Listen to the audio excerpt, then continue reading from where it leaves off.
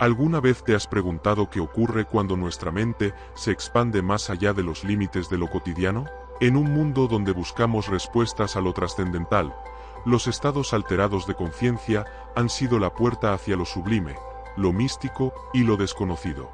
Desde tiempos ancestrales, el ser humano ha explorado diversas formas de acceder a lo sagrado, usando desde la meditación profunda hasta sustancias que abren portales hacia otras dimensiones del ser. Pero ¿qué impacto tienen estas experiencias en nuestra forma de entender el arte, la belleza y las aspiraciones espirituales más profundas?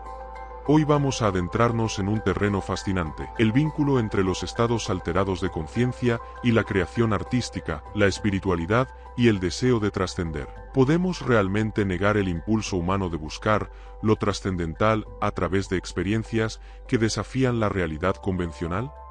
Acompáñanos en este viaje donde la mente, el arte y el espíritu se entrelazan para desvelar un aspecto clave de nuestra existencia y de nuestra esencia. A lo largo de la historia humana, la fascinación por los estados alterados de conciencia ha sido una constante que atraviesa todas las culturas. Esta búsqueda de lo extraordinario parece profundamente arraigada en nuestra naturaleza. Nos encontramos atraídos por esos momentos en los que la mente se expande, se fragmenta o se disuelve en algo más grande que el ego. Estos estados, inducidos por prácticas como la meditación, la danza estática, los rituales chamánicos o el uso de sustancias enteógenas, han sido canales para explorar lo sagrado y lo trascendental. Las experiencias que generan no solo han moldeado nuestras creencias y religiones, sino que han dejado una huella indeleble en nuestra estética, en el arte y en la forma en que nos relacionamos con lo divino. En muchas culturas ancestrales, estas sustancias no solo eran aceptadas, sino veneradas como portales hacia lo divino.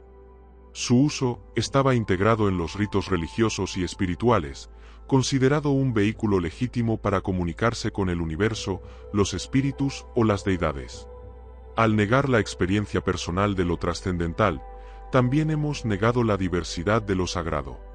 Nos hemos conformado con versiones homogenizadas y dogmáticas de lo espiritual, restringiendo nuestra capacidad para experimentar lo que no se puede expresar con palabras, lo que no se puede medir con los parámetros tradicionales de la ciencia o la religión.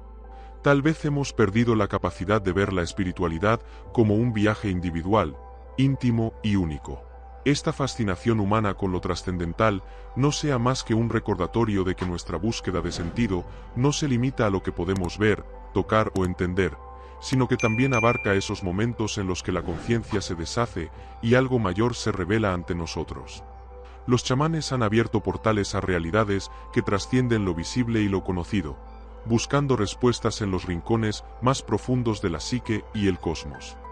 Para el chamán, la existencia está impregnada de una red de fuerzas invisibles, de energías sutiles y de seres espirituales que configuran y sostienen la realidad en sus múltiples niveles. La visión chamánica ofrece una resistencia activa a las sociedades que han colocado su fe en lo puramente material, en las certezas de la razón y en la acumulación de riqueza. Para ellos, la vida es un misterio a ser desvelado a través de prácticas que permiten el acceso a lo luminoso, lo trascendental, mediante el uso de técnicas como la meditación, la danza, el canto, la ingesta de plantas sagradas y el ayuno. El chamán se adentra en estados alterados de conciencia, en los que la percepción se amplía, y lo que antes era invisible se manifiesta con claridad. Estos estados no son un escape de la realidad, sino una vía de acceso a su verdadera profundidad. Al adoptar una visión chamánica de la existencia, uno entra en contacto con la sabiduría ancestral que sostiene que el universo es más vasto y misterioso de lo que nuestra mente racional puede concebir. Para los chamanes, esta conexión no es un lujo, sino una necesidad vital, una alternativa que ofrece un refugio frente al vacío existencial que caracteriza a las sociedades que han olvidado su naturaleza espiritual. El terror que el ego experimenta ante la posibilidad de disolverse, de perder los límites entre el yo y el mundo, es más profundo que una simple resistencia a lo desconocido.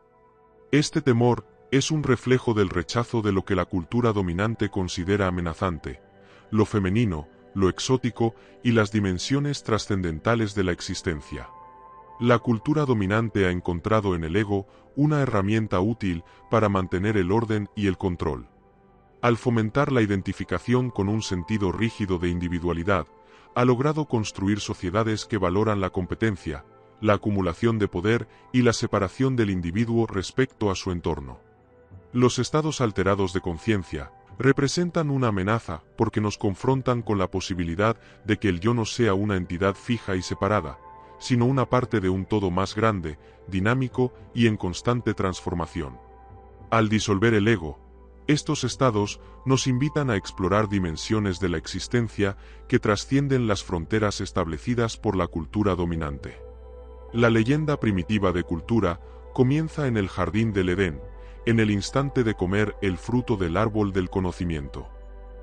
Para los chamanes y las culturas chamánicas, la exploración de este misterio ha sido siempre una plausible alternativa a la mera existencia en una cultura confiada y materialista. La influencia de las mutaciones inducidas por la dieta en la humanidad temprana, así como el impacto de los metabolitos exóticos en la evolución de su neuroquímica y cultura, representa un territorio aún inexplorado que podría tener profundas implicaciones para comprender nuestra historia evolutiva. Desde el surgimiento de los primeros homínidos hasta la expansión del Homo sapiens, los cambios en la dieta desempeñaron un papel crucial, no solo en la supervivencia y adaptación de nuestros antepasados, sino también en la transformación de su mente, su lenguaje y sus sistemas culturales. Existe la posibilidad de que el consumo de ciertas plantas no solo modificara la neuroquímica de nuestros ancestros, sino que también alterara su percepción del mundo y facilitara nuevas formas de pensamiento, comunicación y creatividad. Los metabolitos exóticos de estas plantas, como los alcaloides y los compuestos triptamínicos, habrían tenido la capacidad de inducir estados alterados de conciencia, permitiendo experiencias de conexión con lo trascendental y abriendo nuevas vías para la comprensión y el cerebro en desarrollo, pudo haber acelerado el surgimiento de capacidades cognitivas como el pensamiento abstracto y la percepción simbólica, elementos esenciales en la creación de lenguaje y cultura. Algunos estudios recientes sugieren que las sustancias psicoactivas presentes en ciertas plantas podrían haber actuado como catalizadores de mutaciones epigenéticas, afectando la expresión de genes relacionados con la plasticidad cerebral y la capacidad de adaptación cognitiva. Esto podría haber proporcionado a los homínidos una ventaja evolutiva significativa, ayudándolos a trascender las limitaciones de la evolución puramente biológica y entrar en un proceso de transformación cultural acelerada. El uso temprano de plantas con propiedades medicinales y nutritivas no solo transformó el cuerpo humano, sino también las interacciones sociales y culturales. Los rituales asociados al consumo de estas plantas habrían desempeñado un papel clave en la formación de las primeras creencias religiosas y mitologías. El chamán o líder espiritual, al ingerir estas sustancias, no solo accedía a un conocimiento trascendental, sino que también creaba narrativas que explicaban el funcionamiento del cosmos y las relaciones entre los seres humanos y las fuerzas invisibles del mundo natural. La evidencia, a partir de milenios de experiencias chamánicas, nos dice que el mundo está de algún modo hecho realmente de lenguaje. Aunque choque con los conceptos de la ciencia moderna, esta proposición radical está de acuerdo con una gran parte del pensamiento lingüístico actual. La revolución del siglo XX, afirma el antropólogo de la Universidad de Boston Misha Landau, es el reconocimiento de que el lenguaje no únicamente un instrumento comunicar ideas del mundo, sino más bien, en primer lugar, un instrumento para crear el mundo. La realidad no se experimenta o refleja simplemente en el lenguaje, sino que por el contrario es producida por éste. Las gramáticas de las lenguas, sus reglas internas, se han estudiado en detalle. Pero se ha prestado poca atención al modo en que el lenguaje crea y define los límites de la realidad. Quizás se entienda mejor el lenguaje si se considera como mágico, puesto que en la magia se sobreentiende que el mundo está hecho de lenguaje. Si el lenguaje se acepta como el dato básico del saber, entonces en Occidente hemos sido tristemente engañados. Solo los enfoques chamánicas podrán darnos respuestas a las preguntas que consideramos más interesantes: ¿quiénes somos, de dónde venimos y hacia dónde vamos? Los alucinógenos triptamínicos, en particular el DMT, es un alucinógeno potente que se encuentra en varias plantas y también en el cerebro humano. Es un triptamina, lo que significa que su estructura química está relacionada con la serotonina. Cuando se consume, el DMT puede provocar experiencias intensamente visuales y trascendentales. Aunque tiene una duración breve de acción, generalmente de 15 a 30 minutos cuando se fuma o vaporiza, la experiencia puede ser profundamente transformadora y a menudo se describe como una especie de viaje a realidades alternas. Dado que el DMT también se produce naturalmente en el cuerpo, algunos sugieren que no debe considerarse una droga en el sentido tradicional, sino más bien una sustancia que forma parte de nuestra biología. La psilocina y la psilocibina son compuestos que se encuentran en ciertos hongos, comúnmente conocidos como hongos mágicos. La psilocibina se convierte en psilocina en el cuerpo tras la ingestión. Ambos compuestos también son triptaminas y generan efectos alucinógenos similares a los del DMT, pero su duración es más larga, algunas horas.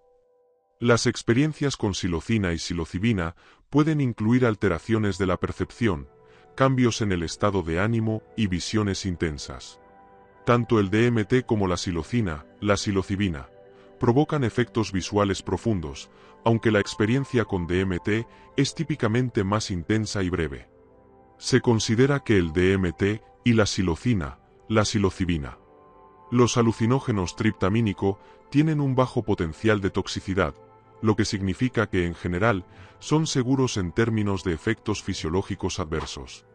Ambos se han utilizado en contextos ceremoniales y espirituales a lo largo de la historia, en culturas indígenas, para facilitar experiencias trascendentales o de autoconocimiento. Tanto el DMT como la psilocina y la psilocibina son compuestos fascinantes que exploran la conexión entre la mente humana y la percepción de la realidad, abriendo la puerta a experiencias que pueden ser profundamente reveladoras. El DMT también se encuentra en forma endógena en el cerebro humano. Por esta razón, el DMT no deba considerarse una droga, pero la intoxicacia por DMT es la más honda y espectacularmente visual producida por los alucinógenos visionarios, sorprendente por la brevedad de su acción, intensidad y falta de toxicidad. Nos hemos quedado, tras un proceso de eliminación, con los alucinógenos triptamínicos, psilocibina, psilocina y DMT. Estas sustancias, que tienen la capacidad de inducir estados alterados de conciencia profundamente transformadores, habrían estado presentes en el entorno natural de los primeros humanos. Pero la pregunta es, ¿cómo accedieron nuestros antepasados a cantidades suficientes de estos compuestos para experimentar sus efectos psicodélicos? Aquí es donde entra en juego el análisis del entorno, particularmente en zonas de pradera, donde la interacción con ciertos organismos vegetales y fúngicos era parte de la vida cotidiana.